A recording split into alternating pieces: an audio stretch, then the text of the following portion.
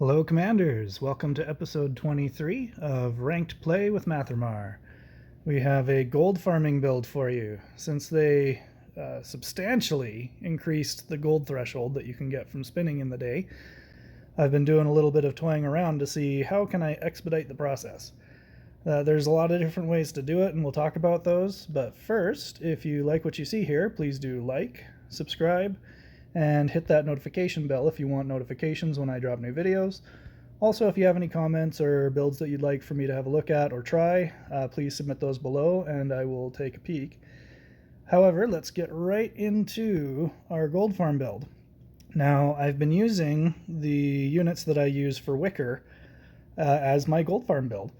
I've got a bit of a different setup because we're trying to accomplish something different with this layout than we are with Wicker. With Wicker, we put them all right up at the front so that they can get to the minions and the boss as quick as possible. However, for this, what we're trying to do is we're trying to maximize the Ring of Unity. So every 5 seconds, it switches between factions. So I have no constructs, so the first faction that's going to hit is Nature. Now, these particular nature units, mostly the Warhounds, are very squishy. They die very quickly. So what I'm trying to accomplish here is buying time from the time that it takes for them to run from this back line to the front line. I want that to eat up most of that first 5 seconds so that as soon as they're within range of units, within 1 or 2 seconds, they're able to start shredding with that extra attack power. And I think it's attack speed. Let's look at that again. So yeah, units faction by 70%, so attack power and attack speed. So I'm going to have 7 seconds of just crazy damage. Now, I don't have much that I can do for the chaos units because they're last in the list. And I'm trying to burn through in the first few seconds. I want this to be a quick turnaround to win or lose, but preferably to win as quickly as possible, as many battles as possible. So the shorter the battle is, the faster I get my gold. And the faster I can hit that gold cap, which is a challenge, let me tell you. It takes a lot of spinning. So let's show you what we've got for Powerstones. We have a lot of strike because we're trying to knock down some of those initial frontline units as best we can and to clear a path. The main reason for these Wraiths is just to nuke that front line because they're not going to do much after that. They've got strike for their first hit, and a few of them have some corrupted damage and regular damage. But we're trying to just hit as hard as possible to clean up that front line so that we can get through to things like Mind Corruptors, Death Knights, Towers, Soul Pylons. We just want to soften that so that when the Warhounds and the Direwolves hit, it just shreds like crazy. So then for the Warhounds, this is from the from the Wicker boss. We had the Unshackle on all of them, and that's actually paid off very well for me because in this gold farm build there's a lot of entangling roots out there, and they're able to just sail right through them, and you'll probably see that a fair bit. And then on the Direwolves, I've got one of them with Unshackle and both with regular damage. So that's what we're rolling with. And what I'm going to do is I haven't recorded anything previous to this. I'm just going to let it spin and we'll see how it does. So, okay, here, the Thorn Guards are a huge problem for the Warhounds, but not for the Wraiths. The Wraiths can knock them out almost in 1 or 2 shots. Boom, see? Battle over. Oh, ha! Daily gold limit reached. How about that? And it's what? It's been 14 hours into this reset. So I was able to do it overnight. I used up a lot of auto spin tokens. I think I was way up there. Now I'm down to like 80 something. So burned through a lot of auto spin tokens while I was asleep. Now you'll run into these Devourers a lot, and that's unfortunate because it's basically a loss almost every time. I did have a setup where I was running with a Paladin and a Battle Drummer, and I can take down those Devourers about 50% of the time with that. But it's also very time consuming, and sometimes, like this, almost like that. Sometimes you can knock them out fast enough before they get their first 2 hits in. But yeah, we're just looking to have quick turnover because you're going to end up settling in at a certain rank threshold. Like right now I'm between 350 and 400 most of the time, and that's totally fine. Doesn't bother me at all. I'm not concerned about that because the chances of me hitting number one without spending $1,000 is very slim. So I'm just gonna keep doing my barely above free to play, where I just buy the 300% offers, and we're just gonna roll with that. There is a strategy that some people use where they will take either a bombot or a blessed bombot, and they'll tag a bunch of draining spirits onto it, and then they'll just roll once with it and then leave it overnight. And what that accomplishes is it downranks you. So you end up, you can go all the way down to 3250 if you've hit rank 16. And what that does is it puts you up against a lot of weaker opponents. So you can do that. Oh, see, yeah, very quick turnaround on these battles. We're spinning like crazy. But if you do that, where you do the bombot thing, and sometimes you'll run into people who are doing that, and you're like, what the heck is going on? But that's what they're doing. They're trying to artificially lower their rank so that they can go up against weaker opponents. There we go. We got the Devour. Game over. But they want to downrank, so they'll just intentionally lose over and over and over and over again very quickly. They don't have to surrender, because if you surrender, it doesn't... you have to manually surrender. So if you have that bombot or the blessed bombot tagged to a bunch of draining spirits, it'll do it automatically for you.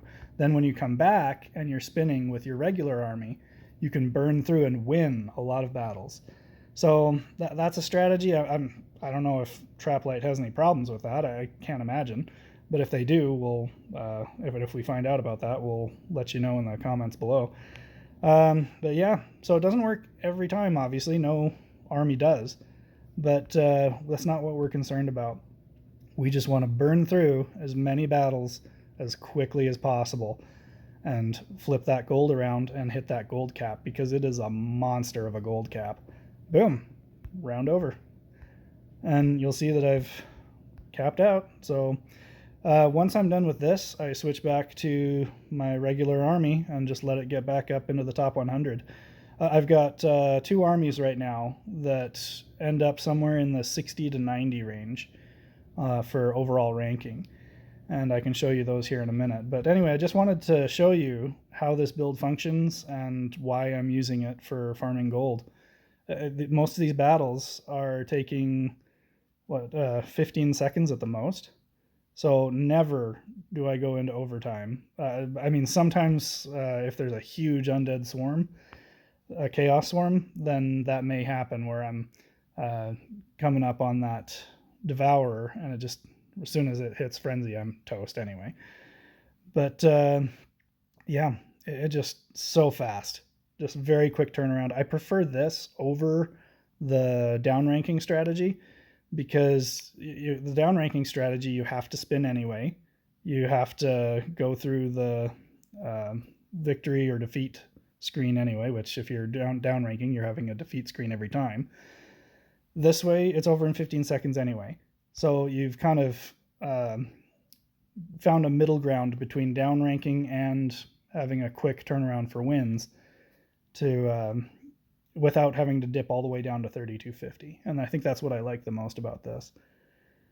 So a couple things to note. It doesn't do very well against Devourers, does not do very well against Ancient Trees.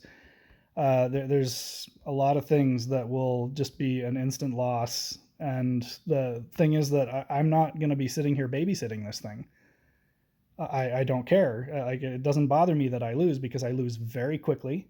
And if I win very quickly. And that's the entire objective, is just to turn around these battles, get my daily gold, and then switch to my alt account and try to cap out on that too. So yeah, defeat, game over. So it's just so fast. So fast. And then, okay, I think we've kind of gotten the point across for what this build is trying to accomplish. We'll talk about the artifacts very quickly, and then I'll show you the other builds that I'm using right now that get me into the top 100. So for my Primal Warhorn, I've got it to rank 3 with 45%, which is the max run speed possible for the first ascension, and then 0.7 of immunity for the first 0.7 seconds out of 1. So there's really not more I could get out of that, and I prefer the run speed for Wicker, so I haven't re-rolled that. But the thing that I like about that is that the Wraiths will get 0.7 seconds of immunity just in case there are bombs. And I'm not sure if that counts for mine trims too, but the Wraiths are able to just sail right through for that first 0.7 seconds and get that first hit off, which hits like a truck when you've got the strike times 2 on there. Yeah, 569 damage times 150%. You're looking at about, 1,300 to 1,400 damage, something like that. So, yeah, very effective and very cheap build. There's not, all level 10s on the Wraiths. I think I've got one level 12 dog, and the rest are 10s. I've got an 11 and a 10 dire wolf. Okay, the other artifact of note is our ring, and that it has for its roll, let's see, maximum health 3.25. Now, I haven't been trying to re-roll that just because I'm going to rank it up again in the near future, and I just don't want to waste the fragments on it, because once you have that additional breathing room on there, you have to re-roll anyway. So yeah, won't be too long before I'm rank 3 on that, and then I'll re-roll. And then the reason I use the Eyes of the Ancient one is because you can flip a crucial unit in those first 3 to 4 seconds, and it may turn the battle, whereas with things like Spear, with rank 3, I'm having to wait 4 seconds between strikes, and that's if it hits anything. So I don't care for that. Pendant doesn't do anything because the battles are usually over in 15 seconds, and it doesn't start until 20. Devourer, you're not looking to sacrifice 210 units. You're looking to just kill it and be done with. So yeah, if you're playing with Devourer, you're going to end up taking longer than you need to because you've got to take the time to churn those units through the meat grinder to get them. So there it is. That's why I have this set up the way that I do, and it is very efficient. I just had this running overnight, and I was spinning before I went to bed, and yeah, it just sails right through that gold cap. So let me show you the other two builds. This is one that I have that I did a video on. I've upgraded both of my sword and my spear to, I believe, to the max rank.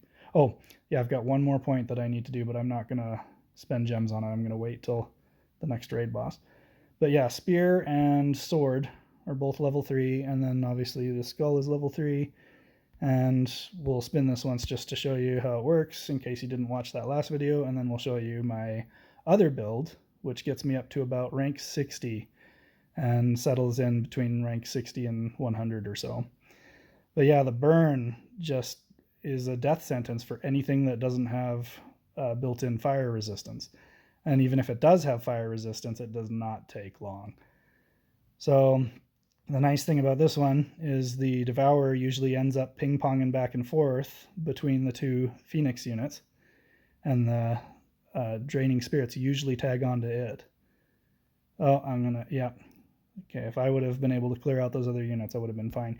But anyway, there's a whole video on that one. Please check that out. And then this one is the one that I've been having a lot of fun with. Again, I've got my Wraiths totally jacked up with all the strikes that I had. Oh, point on that, do not use Corrupted Strike on your Wraiths unless you want them to die, because if you have even one Corrupted Strike on them, they will kill themselves with their first shot.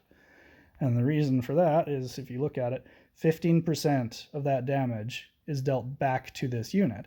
So you're doing more damage than a regular strike. So, your call. If you want to throw 2 of those on there, you're going to be doing 300% damage. And that's gonna kill a lot, very big things if there's big things to hit. But it's also going to kill your Wraiths. So with this one, with the regular strike, you are able to take down most units almost with one shot and keep going to get your next 2nd, 3rd, 4th hits in. Because as you saw with most of the Warhound battles that I had, that they last about 15 seconds. So that's 4, 5, 6 hits for your Wraith. So why waste your Wraith with just one shot when they can get a lot more bang for their buck? Then for the Plague Bearers, I've just got a lot of protection and some speed. And I'm using 8 and 8. All Wraiths, all Plague Bearers. And then I just roll with that. I've got my Primal Warhorn. And this is one of the highest possible units you can get within the Chaos realm. You could use Fire Knights, but I just think the Wraiths hit so much harder and you're trying to clear through. So I just prefer the Wraiths over the Fire Knights. I may try a Fire Knight build, but the problem with the Fire Knights is that you're dropping some of your unit weight or your stat weight from your attack power and your health to get that fire debuff. And I just think it's better to have the Wraiths because they're all damage. So now here, this is just going to come down to whoever's Devourer smashes the other one first. Sometimes like one will be mid-hit as the other one walks into it, and that usually decides the battle. But this is very slow. And this is why I'm not using this one very often, even though I would have a higher rank with it. I can't pass up on all the gold that I really want to get to upgrade all the units with all the green arrows I've got. Boom. So yeah, I tagged him first, and that kind of settled it. So that's that. And just to show you the screen here, just green arrows, green arrows, green arrows, green arrows, green arrows. This is why I'm trying to farm as much gold as possible, and now is the time to do it. We don't know how long this gravy train is going to last. So a lot of green arrows there, a lot of shards to use, just not enough gold to do it, even though the gold's raining like crazy right now. So there it is. Thank you for watching. Please do like and subscribe. If you have a build you want me to try, submit that. I'll take a look at it, see if it's worth doing a run with. And yeah, thank you for watching. Thank you for supporting. We're doing great with the subscribers, and we will make another, probably the next video is probably going to be a raid video for tomorrow morning. So thanks for all your support, and we will have more content for you soon. We'll just let this one finish and we'll call it. Okay, this one's going to be interesting. Okay. See, every time he hits, he turns a lot of the units, because a chaos unit kills, it can spawn a small skeleton. There we go. Game over. But yeah, this one gets me all the way up to rank 60. Okay, there it is. Have fun, guys. We'll see you soon.